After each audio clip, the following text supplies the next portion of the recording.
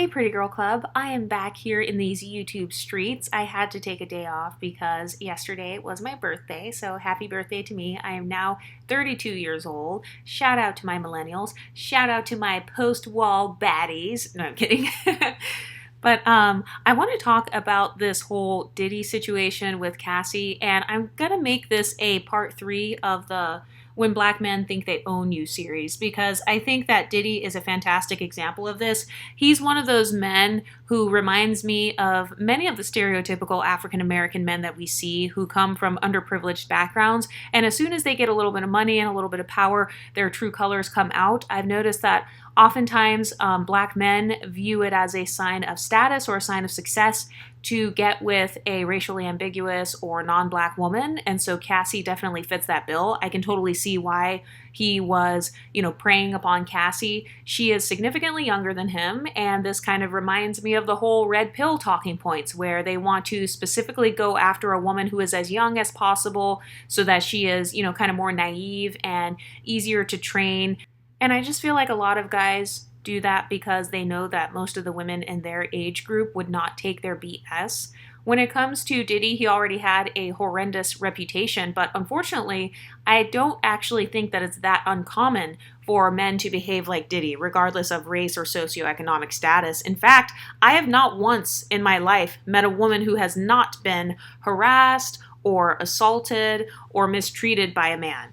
So I do feel like this Cassie situation is just another reason why you should decenter men. I've said it on this channel and I'll say it again. A man is not a plan. So if you're depending on a man to create your career or to financially provide for you and you have no other options, unfortunately it does make you more susceptible to things like abuse. If you look at the backstory of Cassie and Diddy's relationship, she talked about how she felt coerced into the relationship and kind of like she could not leave because he was providing for her financially. He was like paying all of her bills. He was the one who basically gave her her entire career, and he would threaten to not release her music and basically to try to destroy her if she didn't do what he said. And so, like I said, ladies, this is why it's always good to do your best to be financially independent on your own, because that can make it harder for creepy abusers like this to try to come in and control you. And this whole Diddy situation also reminds me of the entitlement that a lot of guys feel when it comes to kind of the red pill space, where they feel like, oh, I have money now. Oh, I have fame. Oh, I have XYZ record labels, so therefore I'm a high value man. But we already know that what makes a man high value is not simply money. I think that what makes a man high value is a combination of money, being physically attractive, being emotionally available, obviously not being a predator, liar, cheater, a disloyal, dishonest piece of trash. But in case you guys haven't heard, he did pay her the money. I believe that he paid all of the money, if not more. And I absolutely believe Cassie's side of the story. I believe that he did every single thing that she said in there. And I feel like him paying off this lawsuit is a sign that he was absolutely guilty. And actually, when I think about Cassie's career and I think about Diddy controlling it, I only remember like a couple of songs that Cassie released. So I do feel like Diddy could have potentially gone out of his way to hinder her career, just like how he has hindered the careers of pretty much every artist that has ever worked under him. I think of people like the Danity Kane girls, I think of Day 26, and pretty much anyone that was signed with Diddy, their careers never took off. I've heard horrible things about Diddy and about his business practices.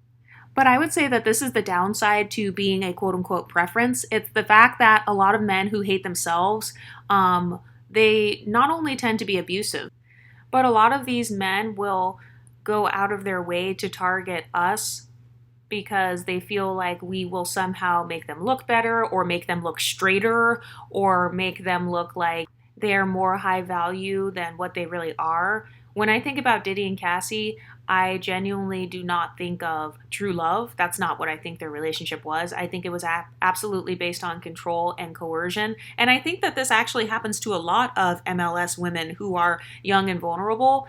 A lot of times these older creepy guys who view you as their quote unquote preference, they want to gain proximity to you at all costs because you are almost like this ego booster for a guy. Have you guys ever noticed that? Like, men will go out of their way to get the pretty girl so that they can boost their status and attract more pretty girls. I've noticed that a lot of men, they'll go out of their way to get the quote unquote queen bee or whoever they feel is kind of the alpha female or whatever, the pretty popular girl.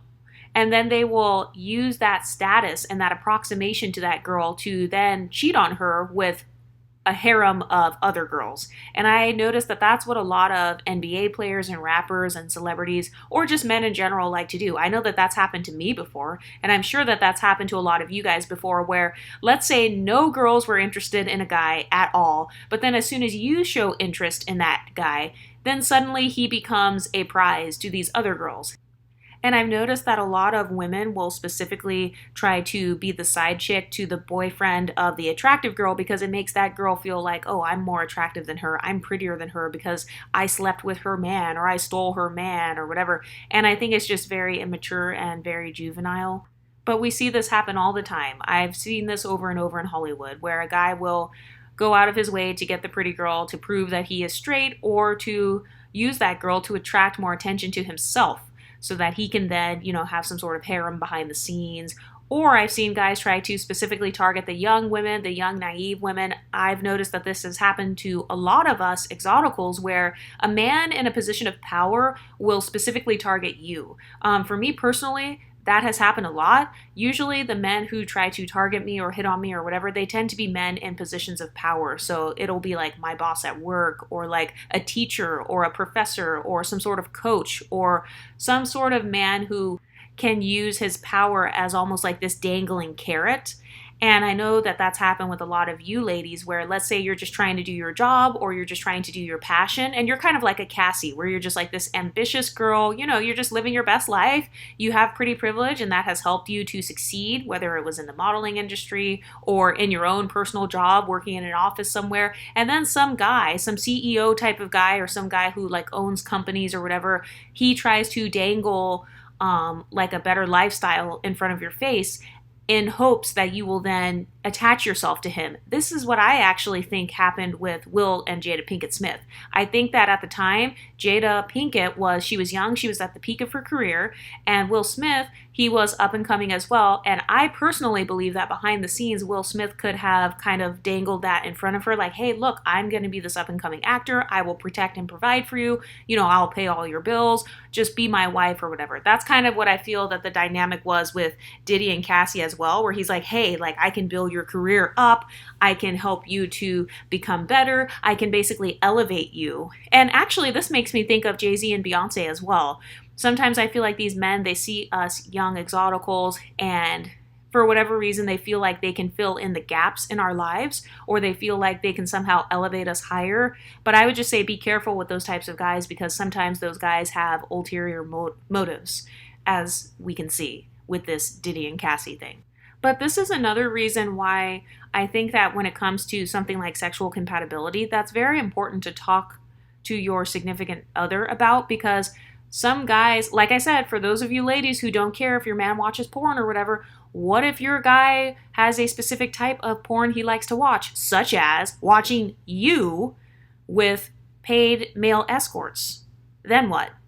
So this is why I say that a lot of people need to begin setting boundaries around their own sexuality and around their own desires and not allow a guy to try to, I guess, coerce you or manipulate you into this. And by the way, I am in no way victim blaming because I myself have had horrible situations happen when it comes to guys as well. So to be honest, I think this has happened to most of us women in general when it comes to men because a lot of men, they are just so desperate for sex or they're just so desperate to feel validated. For a lot of men, sex is a form of escape. I've already talked on this channel about how most men are extremely validation starved. A lot of men are very touch starved, and a lot of men feel in general like they don't get the recognition that they want or that they deserve or whatever. So when it comes to men, this is a part of why sex is so important to them because it's a form of escape. It's one of the only forms of touch they'll ever get that is a positive form of touch, besides violence. Actually, Diddy reminds me of one of the previous videos I did on the psychology of a lot of underprivileged black men where the only forms of touch that they know of are either sexual touch or violent touch. And this story actually lines up with that, where it's like that's the only form of touch they're familiar with. And so when it comes to sex, that's a very big deal to these types of guys because they feel like that's the only positive validation that they have ever received in life was via sex. Oftentimes, men who are so desperate to be validated via sex, they do that because in a lot of cases, those men really have nothing else to offer than sex. I would say in some cases, men have money to offer, but it's like, okay, offering dick and money. There are plenty of other guys with money who can also offer that as well. And don't even get me started on the orgasm gap. Most women do not even get orgasms from like penetration or whatever. Most women get orgasms from if you're stimulating different parts of their body or whatever. So I do feel like when it comes to men who are from underprivileged backgrounds, especially unambiguous black men who may also have self-hatred problems on top of that, I just think you're dealing with a whole other can of worms. And this is why, in my experience, I tend to have not dated a lot of unambiguous black men because I just noticed that there's lots of trauma on top of trauma on top of trauma, and a lot of men don't even believe in the concept of taking care of your mental health or going to therapy or, doing some sort of work so that you can begin to work through whatever traumas you have experienced. And so these people who are walking around with PTSD, what do? Well, hurt people hurt people. So if you yourself as a man were raised in a household that was not very loving, if the only forms of touch you know are sexual touch or violent touch, what do you think is going to happen if you as a woman get into a relationship with that guy? He's going to obviously want sex or sexual touch. And then what do you think is going to happen if you say no? A lot of these guys, they don't know how to take no for an answer, or they literally get offended by the word no. I told you guys the story on this channel about how I had a guy just randomly throw a drink on me because I said no to giving him my phone number or whatever. And I think that's because that guy in particular, or guys who get angry about that, they have so much rejection trauma. So they've been told no in so many other scenarios, like, no, you'll never be as good as a white man. No, your daddy didn't want you. No, your mom doesn't love you. No, you are not attractive enough as a man. No, you don't make enough money. So they've got so much trauma already when it comes to being told no.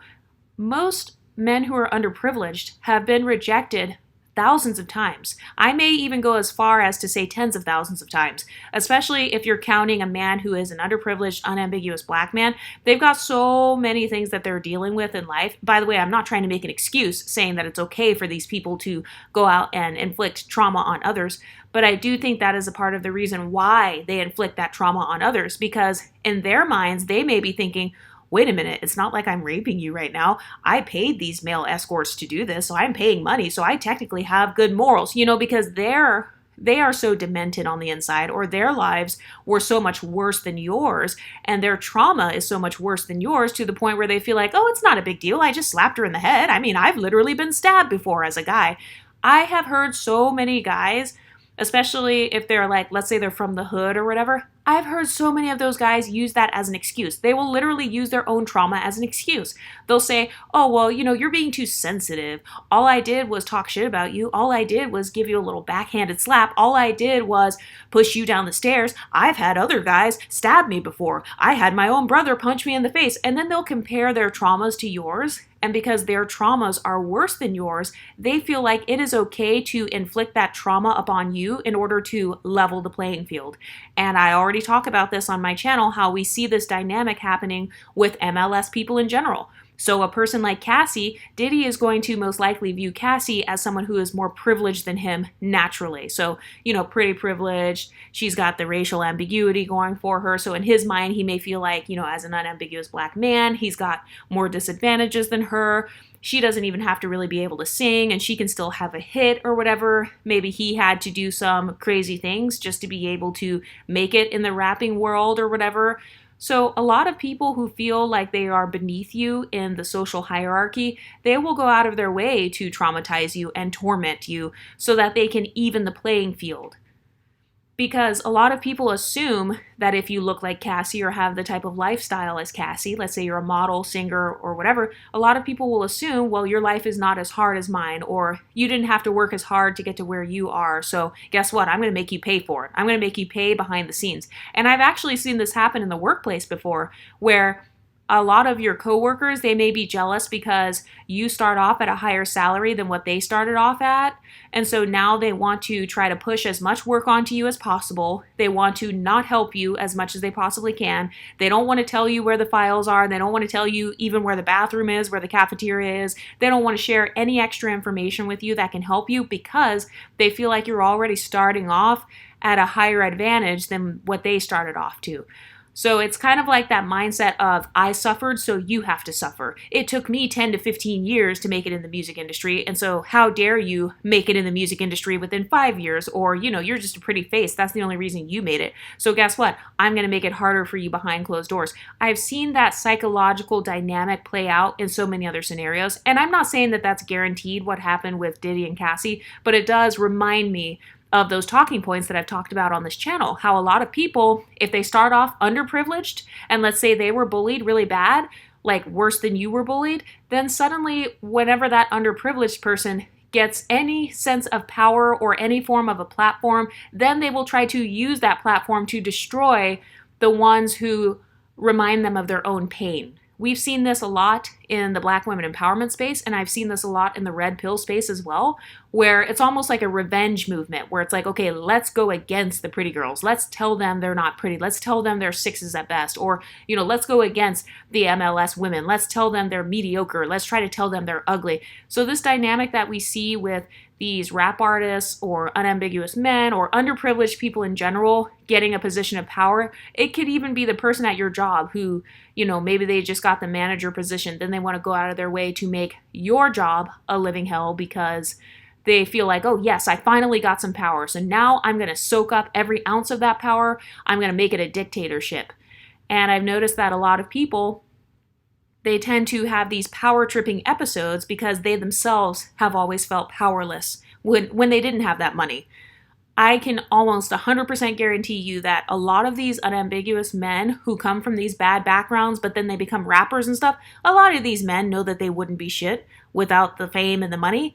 But a lot of us women, or let's say you're a woman who has a little bit more self-esteem and confidence, you know that even if you didn't have as much money, or even if you didn't have as much beauty or whatever, that you were still a very valuable human being. And that reflects in the way that you carry yourself. But you can always tell who hates themselves the most based on who inflicts the most trauma and torment onto other people. And I actually want to do more videos on the toxic mothers as well, because this whole thing, it kind of reminds me of toxic mothers because being a mother is a sense of power. You have power over your children because they're depending on you for food and shelter. It's similar to like if you're a woman who is financially codependent on that man. It's switching from a relationship partnership to more of a father-daughter dynamic, where, you're literally depending on him for your next meal. Like, you can't pay your rent without him. You can't even get food without him. You can't go on vacations unless he pays for them. And he knows that, and he's going to rub it in your face. But anyway, I've got more videos coming up on taking back your power and on dark femininity and also on toxic mothers as well. By the way, be sure to get my dark femininity course if you haven't already. That course is all about taking back your power and basically doing whatever the fuck you want with no consequences, because I think that women, we have the right to change our minds. We have the right to be flexible. We have the right to learn from our mistakes and grow from them. And I know that I've done that a lot on this channel. Like, I'm not always going to be perfect on this channel. I feel like I've grown so much as a content creator, and I'm going to continue to learn new things and grow and change. And that's okay. I've noticed that when it comes to men, they are allowed to make mistakes and get a pass. Like, oh, you cheated on so-and-so. Oh, you raped this person. Oh, okay, well, we forgive you, and it's not that big of a deal. I'm still going to listen to your music. And, I feel like they get more leeway and they get a chance to change and be flexible and grow. But when it comes to women, a lot of us get our past held over our heads in whatever way that may mean for you. So it could be maybe you had a high body count, maybe you made a mistake in the past, maybe you were in a bad relationship in the past. A lot of people will victim blame on the women, but then they don't keep the same energy with the men. I'm not doing that here. Anyway, has any of this ever happened to you guys? Have you ever had someone try to use their power dynamic over you in order to torment you and torture you? Whether it was in a relationship or at a job or in a social setting like at your high school or college or something like that? Let me know in the comment section and I'll talk to you next time. Stay pretty, ladies.